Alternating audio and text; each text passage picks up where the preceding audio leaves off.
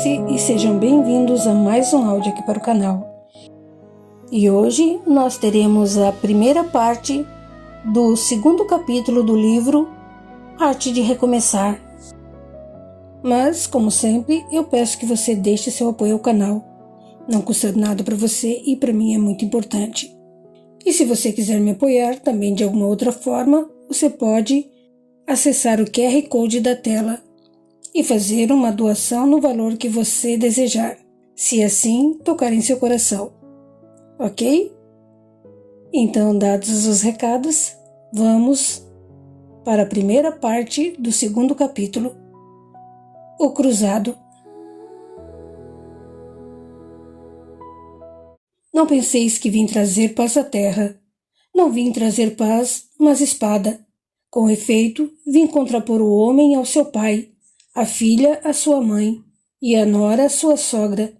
Em suma, os inimigos do homem serão seus próprios familiares. Mateus, capítulo 10, versículo 34 a 36.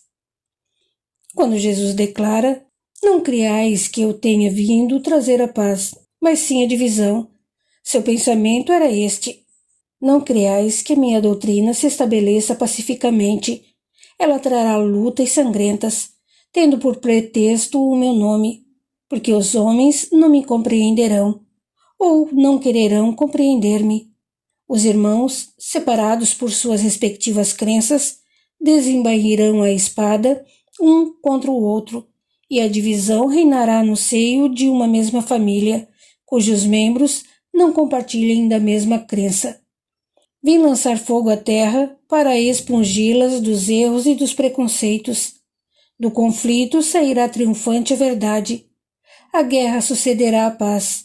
Ao ódio dos partidos, a fraternidade universal. Às trevas do fanatismo, a luz da fé esclarecida. O Evangelho segundo o Espiritismo, capítulo 23. Sinuosa e áspera, estendia-se a vereda morro acima, ladeada de floridos arvoredos, que a transformavam em perfumada e colorida alameda. Ao longe, a vistada do vale encantava o olhar. Terminava em antigo mosteiro, construído com sólidas e escuras pedras, envelhecidas pelas eras e musgos durante o passar dos anos. Trepadeiras lutavam contra a pétrea rudeza das paredes, incrustando suas persistentes gavinhas nos arcos que guarneciam os vitrais, sobre eles derramando pencas de flores. Encantadora visão. O viajante que dali se aproximasse sentiria imediatamente doce e salutar influxo, inspirada pela beleza do lugar. No entanto, vencendo a estrada, ao chegar perto da pesada porta de madeira de lei, estendendo as mãos para a aldrava de ferro, mal ressoassem as surdas batidas, sentiria o coração opresso, angustiado. A harmonia que a natureza insistia em revelar aos cegos olhos dos homens era substituída pela rudeza dos corações ali enclausurados, sob a severidade da vida monástica, com todos os seus dogmas e mistérios. Escurecia quando o homem chegou ao convento. Durante a íngreme subida, a luz do dia, ainda presente, permitira que se deslumbrasse com a formosura do local. Largas nesgas de róseo e dourado estendiam-se em incrível azul, e os contornos das árvores e da ampla construção delineavam-se quase negros contra o poente. Alma sensível, o rapaz detivera-se, não raras vezes, apreciando a perfeição das nuvens e a poética vibração daquele cenário de sonho, envolto em mágica luz áurea. Depois, notando que a noite descia célere, tratara de apressar-se, alcançando o edifício. Estendeu a mão para a peça de enegrecido ferro, fazendo soar surda e única batida. A porta entreabriu-se e pôde perceber soturna figura de velho sacerdote, a encará-lo com sombria desconfiança pela pequena abertura. Ignorando-lhe a hostilidade, o rapaz curvou-se respeitosamente, solicitando: "Meu pai, Um pobre viajante suplica a caridade de ser acolhido entre as augustas paredes dessa casa de Deus. Escurece rapidamente. Tenho fome e sede. Auxiliai-me em nome de Jesus. O homem, de baixa estatura e rotunda figura, não abandonou o olhar, fitando-o reprovadoramente. Depois, com indecifrável irritação, cedeu-lhe passagem, dizendo bruscamente: mais um. Julga-nos ricos e receptivos a quaisquer pedidos absurdos. Por que viajais se não tendes onde vos alojardes? Devereis ficar em casa. Que seja, segue adiante por aquele corredor e chegareis à cozinha. Frei Damião com certeza vos dará um prato de sopa e pão. Amanhã bem cedo realmente, ponde-vos a caminho, pois uma única noite é o bastante. Sorrindo levemente, surpreso com a irracível atitude do servo do Senhor, o rapaz enveredou pela escura passagem, que nenhuma candeia iluminava. Onde desembocaria? Tão sombria se mostrava que, quem sabe, nas profundezas do inferno. Riu nervosamente, persignando-se enquanto resmungava. Que escuridão! Não consigo enxergar um palmo diante do nariz. Valha-me Deus! A antevisão de bruxuleios de luz a pequena distância alegrou-o. Baixinho agradeceu ao santo de sua predileção, estugando o passo. Enormes velas de cera iluminavam um aposento ao qual se referira o mal-humorado sacerdote. Maciças mesas de madeiras, ladeada por bancos, e um enorme fogão de lenha a um canto animaram-no, pois indicavam que ali provavelmente se comeria. Sobre a grade de ferro, avantajado caldeirão fervia, exalando delicioso aroma. Um homem magro e alto, de grisalhos cabelos e serenos olhos, deixou a grande colher de pau com que mexia o líquido fervente, achegando-se. Sede bem-vindo à casa do Pai, meu jovem. Vejo por vossas roupas e pela poeira que nelas está depositada que sois viajante de longínquos lugares. Certamente tendes fome e sede. Assentai-vos. Assentai-vos aqui, neste canto da mesa, meu filho. Com ligeireza, depôs rústica tigela sobre o alvo tampo, instando-o a acomodar-se. Depois encheu uma terrina com sopa, acrescentando enorme fatia de macio pão. Os olhos do moço brilharam e ele tacou a comida com vontade, sob as vistas complacentes do sacerdote. Somente então o rapaz reparou que, debaixo do grande avental imaculadamente branco, seu anfitrião portava trajes eclesiásticos consideravelmente surrados. Diferia visceralmente do homem que o recepcionara à porta, demonstrando alegria em auxiliar e pacientes modos.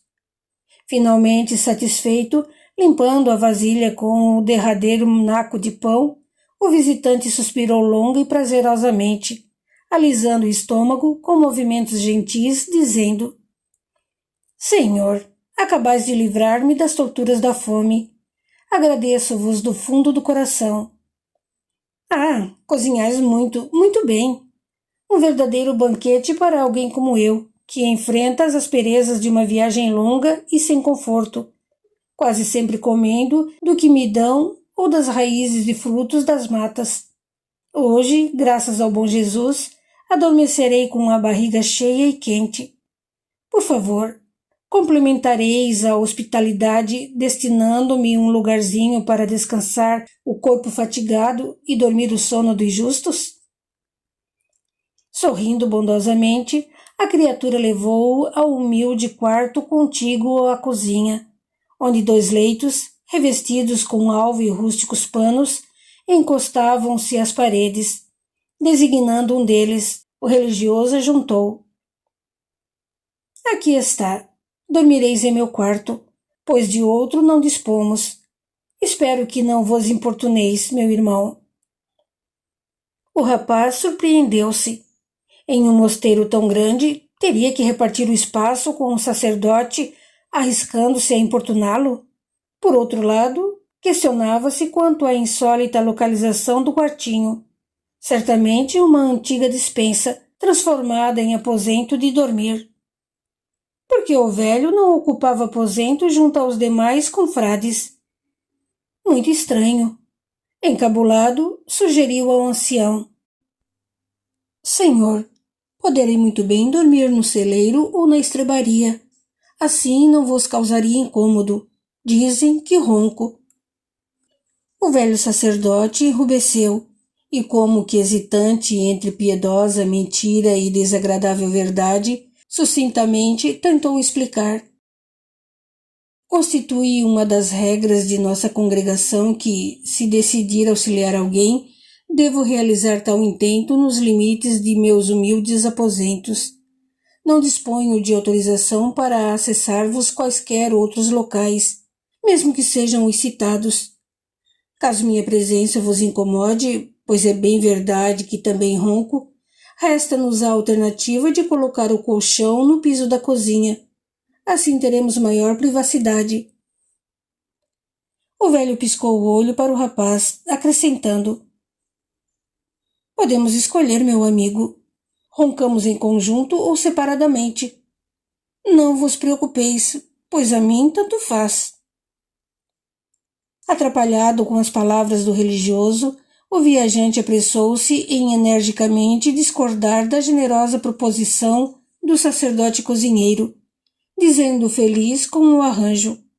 Imensa satisfação iluminou o magro e enrugado rosto do anfitrião, e ele, pegando no braço do jovem, conduziu-o a um dos leitos, dizendo: Naquele canto encontrareis bacia com água e uma toalha limpa. Lavai-vos. Podereis usar a roupa de dormir que está no cabide ao lado. Passareis uma ótima noite. Se me exceder nos roncos, não hesiteis em cutucar-me. Dizem que faço tremer as paredes. Não sei, pois nunca me ouvi sequer ressonar. E o velho dirigiu-se para a porta, rindo agradavelmente. Ao fechá-la, acrescentou: Tenho que servir a ceia dos companheiros de fé. Ficai à vontade, meu amigo. Somente peço, não vos afasteis daqui enquanto estiverem comendo, para evitar desagradá-los. Bons sonhos, meu amigo. Cerrou a porta cuidadosamente e silenciosamente, e o rapaz pôde ouvi-lo movimentando-se na enorme cozinha, depositando sobre as mesas as louças. Pelo retinir, deduziu serem de superior qualidade, bem diferente da tosca tigela em que comera. Meia hora depois, ecoava no enorme monastério o bronze anunciando a hora da ceia. 2 a 2 desceram os sacerdotes para o amplo refeitório, em profundo silêncio e com penetrada postura. À frente, luxuosamente paramentado, o superior adiantava-se solene, cabeça erguida, olhos frios e entediados. Curioso, o rapaz espreitava a cena por uma das frinchas da porta, murmurando para si mesmo. Que corja de enfatuados! Lá está o que me recebeu tão mal. Não para menos que se assemelha a um barril. Que gula, meu irmãozinho! Ora, ora! Muito trabalho deve ter o meu novo amigo para alimentar essa gente toda. Interessante, mal o olho, como se não existisse. Turma de esnobes. Observemos mais atentamente. Movendo-se silenciosamente entre as mesas, o velho sacerdote substituía as pesadas terrinas de preciosa prata por outras mais fumegantes, à medida que esvaziavam, não deixando o pão faltar. Após o suculento caldo, depois, com esforço, os enormes assados e as frutas, e vinho do mais puro, fabricado na própria comunidade religiosa. Embora farto, o viajante baixinho monologava. Escondestes de mim o vinho e a carne, meu velho? É certo que a sopa estava excelente, mas viriam muito bem. Depois, pensando melhor, concluiu. Ficaríeis com os assados mexidos, não é, meu velho? E esses sacripantas provavelmente saberiam que os servistes a mim, pobre viajor sem eira nem beira, incomodar-vos-iam com reproches. Entendo-vos o zelo, meu pobre amigo. Não faz mal, não sou orgulhoso. Comerei das sobras, pois é impossível que deem cabo de tantas iguarias. Longo tempo durou a refeição. Cansado de espiar, exaustos após o longo dia de caminhada, o hóspede encolheu-se debaixo dos lençóis, cobrindo-se com a rústica coberta de lã, adormecendo profundamente. Ao despertar, notou que o companheiro de quarto já havia abandonado o leito, agora primorosamente arrumado. O moço perguntou-se quanto tempo ele dormira, pois ainda era madrugada lá fora. Deteve-se na cama, desfrutando o calor das cobertas, escutando os pássaros que começavam a abandonar seus ninhos, saudando as primeiras luzes matinais. No mais, tudo era silêncio. Onde estaria o gentil ancião? Levantou-se finalmente, espantando a preguiça e a vontade de permanecer no leito, livrando-se do camisolão que o envolvia da cabeça aos pés. Com relutância, envergou a mesma roupa empoeirada do dia anterior, ansiando por uma muda limpa. Que fazer? Na sacola de viagem tudo estava sujo. Saiu para a manhã que surgia, utilizando a porta da silenciosa cozinha. Estava nos fundos do mosteiro, e dali a visão não era tão poética como a da entrada, mas certamente mais prática. Celeiro, cocheira, galinhas e patos, ocupados em ciscar o terreno ainda úmido da noite, mais além um ruído chiqueiro de porcos, uma horta cuidadosamente cercada. A porta do celeiro estava entreaberta. Encaminhou-se para lá, encontrando o religioso a ordenhar Luzide a vaca. O balde estava quase cheio do grosso e branco líquido, e ele cantava baixinho, entremeando o canto com frases carinhosamente dirigidas ao animal. Isso, princesa, vamos lá, minha amiga. Que beleza, que beleza! Leite puro, a melhor qualidade, não é? Se encher o balde, poderemos guardar um pouco para as crianças de Eulália. Estão tão fraquinhas, mas estão melhorando. Se estão, graças ao teu leite, princesa, e a nosso Senhor Jesus Cristo. Não lhe notou a presença, a não ser quando exclamou: Senhor, vejo que levantais muito cedo. Ah, meu amigo, acordei-vos? Mil desculpas. Tenho que me aviar, senão o tempo foge ao meu controle e deixarei de cumprir minhas obrigações. Ajudai-me com este balde, por favor. Deveis estar com fome, meu amigo. Leite bem fresquinho e pão, eis o que precisais. Vamos, em minutos estaremos comendo.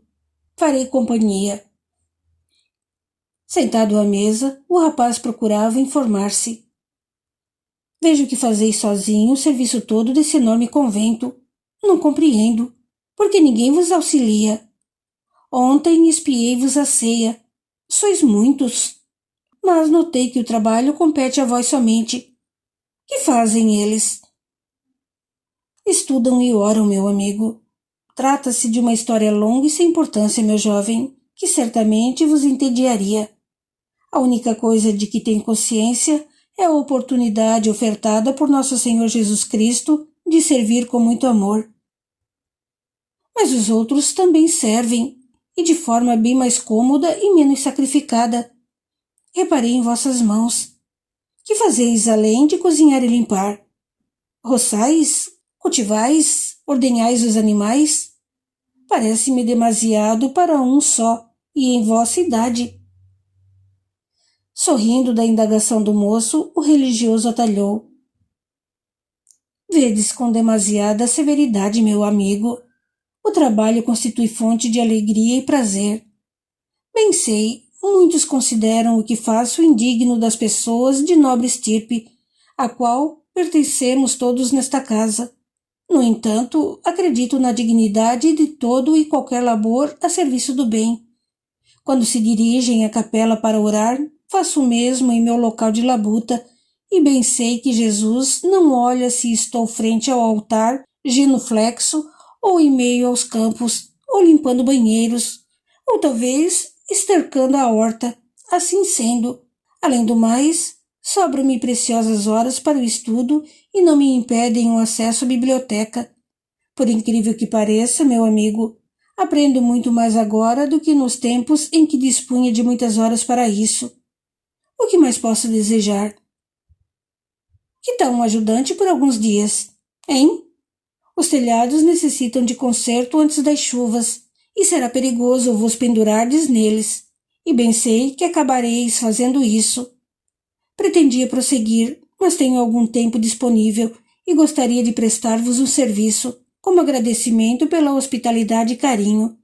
Depois irei adiante, pois importantes tarefas estão me aguardando.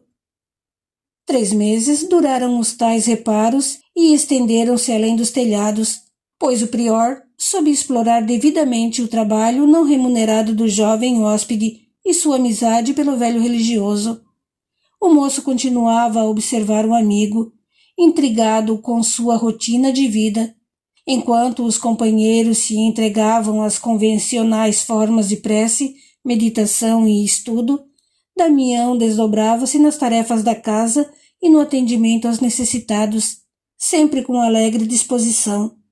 Jamais reclamava, nunca se queixava de cansaço. Muito mais novo, sentia-se exausto no final do dia, e o velhinho ainda encontrava tempo para uma conversa após a ceia, em frente a um chá ou a um púcaro de leite adoçado com mel. De onde viria tamanha energia? Indagado a respeito, limitava-se a rir, até que certa vez, provavelmente cansado das lamúrias do companheiro e de sua incessante curiosidade, Frei Damião concordou em esclarecer. Tudo o que faço me dá prazer. Sirvo a Jesus e aos meus irmãos não por imposição de meus superiores, e sim por ter consciência de que isso é o certo, acreditando realmente nas palavras do Mestre, quando iguala o amor a Deus ao amor a nosso semelhante. Cada amanhecer traduz oportunidade bendita ao serviço do Messias. Respeitados os limites da resistência física, não encontro justificativa para não aproveitar muito bem o tempo. Indolência e reclamações assoberbam mais a criatura do que o trabalho realizado com alegria, e idade não é sinônimo de incapacidade para as tarefas. A saúde está na razão direta de nosso aprimoramento espiritual, que, admitamos ou não, passa obrigatoriamente pelas obras. Não basta que afirmemos ter fé ou nos afundemos nos textos sagrados se não praticarmos, não vivenciarmos os ensinamentos de Jesus. Para tanto, necessário se faz aproveitar bem cada dia de nossas existências, laboriosamente preparando o terreno para as sementes do divino semeador. Senti-vos incomodado com as atitudes de meus companheiros de crença, como se eles estivessem me explorando ou maltratando. Realmente, seria bem melhor para eles se assumissem outras posturas, mais condizentes com as do Mestre, mas não nos cabe julgá-los ou exigir alguma coisa. Na hora certa, de acordo com as mudanças evolutivas desencadeadas no decorrer da existência de cada um, acabarão por perceber seus enganos. Para o bem deles mesmos, reafirmo. Quanto a mim, que já tenho esta compreensão, seguirei cumprindo meu dever com o coração leve e a alma agradecida. O jovem observou que os desfavorecidos se aproximavam do mosteiro pelas portas dos fundos, sempre e tão somente atendidos por Damião. Apesar do que ouvira do velho sacerdote, a curiosidade continuava a importuná-lo, suspeitando que algo maior impulsionava os demais monges a tratá-lo daquela forma estranha. Sabia que muitas comunidades religiosas descartavam o trabalho com os pobres, mas isso não justificava o ostracismo em que o amigo vivia. Às suas perguntas, Damião esquivava-se, e ele pressentia intrigante mistério por detrás de tudo aquilo.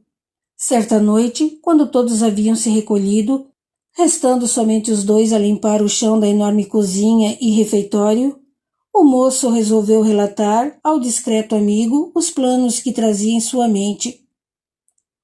Frei Damião, assim que terminar os últimos reparos, e falta pouco, somente a cerca dos fundos, precisarei partir. apesar da amizade e do apreço que vos dedico, pois pretendo engajar-me na grande cruzada que partirá brevemente para as terras dos infiéis. Nela seguramente estarei e garanto cumprir meu dever de bom cristão. Passaram em nossa aldeia natal, aliciando jovens para o sagrado acontecimento. Achava-me nas montanhas, caçando. Uma pena. Assim fiquei para trás. Todavia os homens deixaram recado, a fim de encontrá-los em local determinado, até a data que breve findará. Tenho a esperança de levar a palavra de Jesus, a ferro e fogo se preciso, aos bárbaros que não o aceitam como Salvador. Certamente sabeis que os cultos pagãos e os deuses réprobos ainda prevalecem em muitos lugares, cabendo a nós, verdadeiros cristãos, salvar os infiéis das penas do inferno, ainda que à custa de suas míseras vidas. Em nome do Mestre, empunharei a espada, eliminando os que se atreverem a negar-lhe a grandeza. Tudo terminado, retornarei triunfante, e aí então pensarei em casar, ter filhos e tocar adiante a terrinha onde meu pai sempre labutou.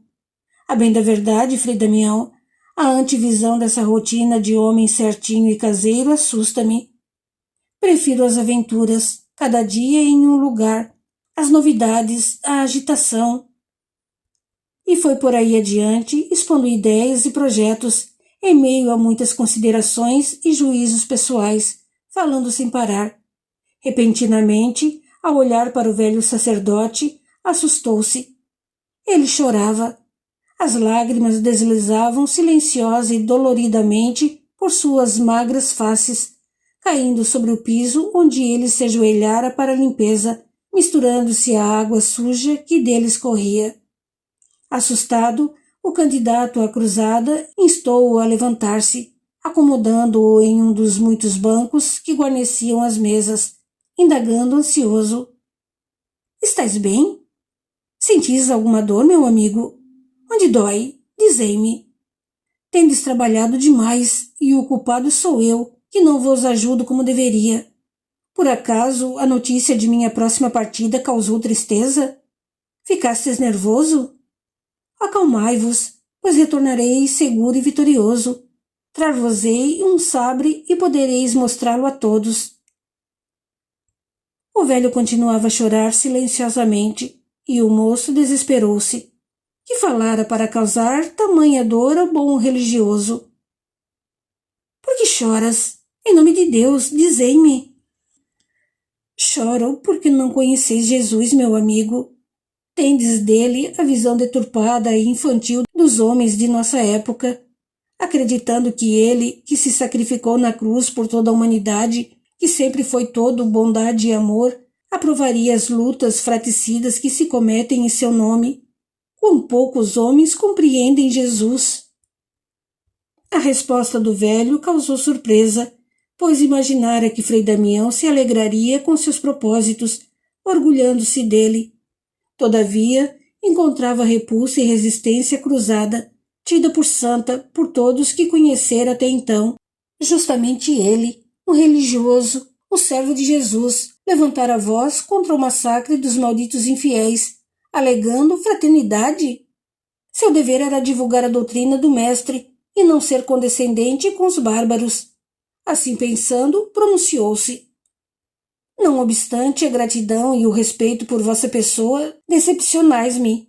Precisamos varrer da face da terra essas religiões que negam Jesus e submeter os pagãos ao jugo do cristianismo, à revelia de suas vontades. Não vedes?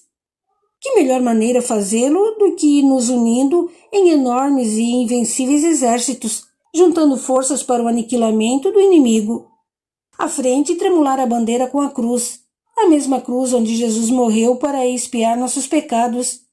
Explicai-vos, pois não entendo vossa absurda colocação, considerando-a sacrílega.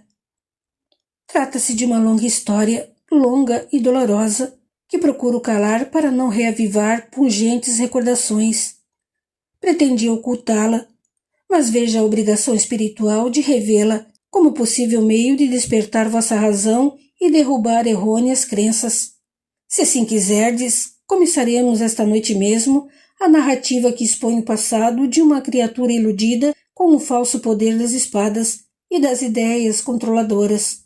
O amor de Jesus guiou esse homem de volta ao aprisco de suas ovelhas, permitindo-lhe a reparação do passado de atrocidades. Não vos enganeis, julgando que o Mestre, ao perecer na cruz, fê-lo para livrar-nos de nossos pecados. Eu diria que ele não teve outra alternativa devido à ignorância dos homens, que exigiam provas daquilo que ele pregava. O Mestre aceitava as criaturas da forma como eram, simplesmente. Veio revelar-nos a verdade, falar de amor e perdão, esperança e recomeço. Mas os nossos erros, meu irmãozinho, os nossos erros constituem responsabilidade nossa. A semeadura depende de nosso livre-arbítrio, mas a colheita é obrigatória e os frutos adequados à semente. Jesus constitui o caminho seguro para a reparação. Todavia, a retificação exige duro trabalho individual no aprimoramento de nossos sentimentos. Fizeste-me uma pergunta assaz, interessante. Conheço eu algo melhor do que as cruzadas para levar o Cristo aos infiéis que ainda não o conhecem? Atrevo-me a responder com outra. E vós? Vós conheceis o verdadeiro Jesus? Conheceis sua doutrina de amor e perdão, de liberdade e crescimento individual ao doce e perfeito ritmo de cada ser? Como podereis levá-lo a outras criaturas se estáis cego, se ainda desconheceis sua lei de amor? Cego guiando os cegos. Não pretendo reprovar-vos. Contudo, abrirei meu coração, e depois fareis a escolha. Qualquer que seja ela, meu filho, estarei em paz com minha consciência, pois nada terei ocultado. Nunca uma limpeza pareceu demorar tanto. Dir-se-ia inacabável. Finalmente terminaram, dirigindo-se ao quartinho de Frei Damião, onde o velho sacerdote, após os preparativos e orações habituais, sentou-se no leito, ficando calado por momentos, como se procurasse por onde começasse a história, fitando o companheiro envolto na manta de lã, protegido do frio. Lembro-me da juventude como se tantos anos não houvessem decorrido. Olhando-me ao espelho, vejo as marcas cruéis do tempo. Todavia, o coração ainda é jovem. Muito embora tenha me esforçado no sentido de deixar para trás a vida de outrora, as lembranças persistem e ainda não possuo a elevação espiritual que me tornaria inatingível, aceitando-as como resultado de aprendizagem difícil e inevitável. Ainda dói, meu amigo, dói muito. A história que escutareis pertence a mim e aos que comigo conviveram. Faz parte de minhas memórias. Podereis chamá-la, se assim o quiserdes, de memória de um homem antes e depois de Jesus. Parece-vos estranho? Escutai. Continua na segunda parte do capítulo 2. Até lá!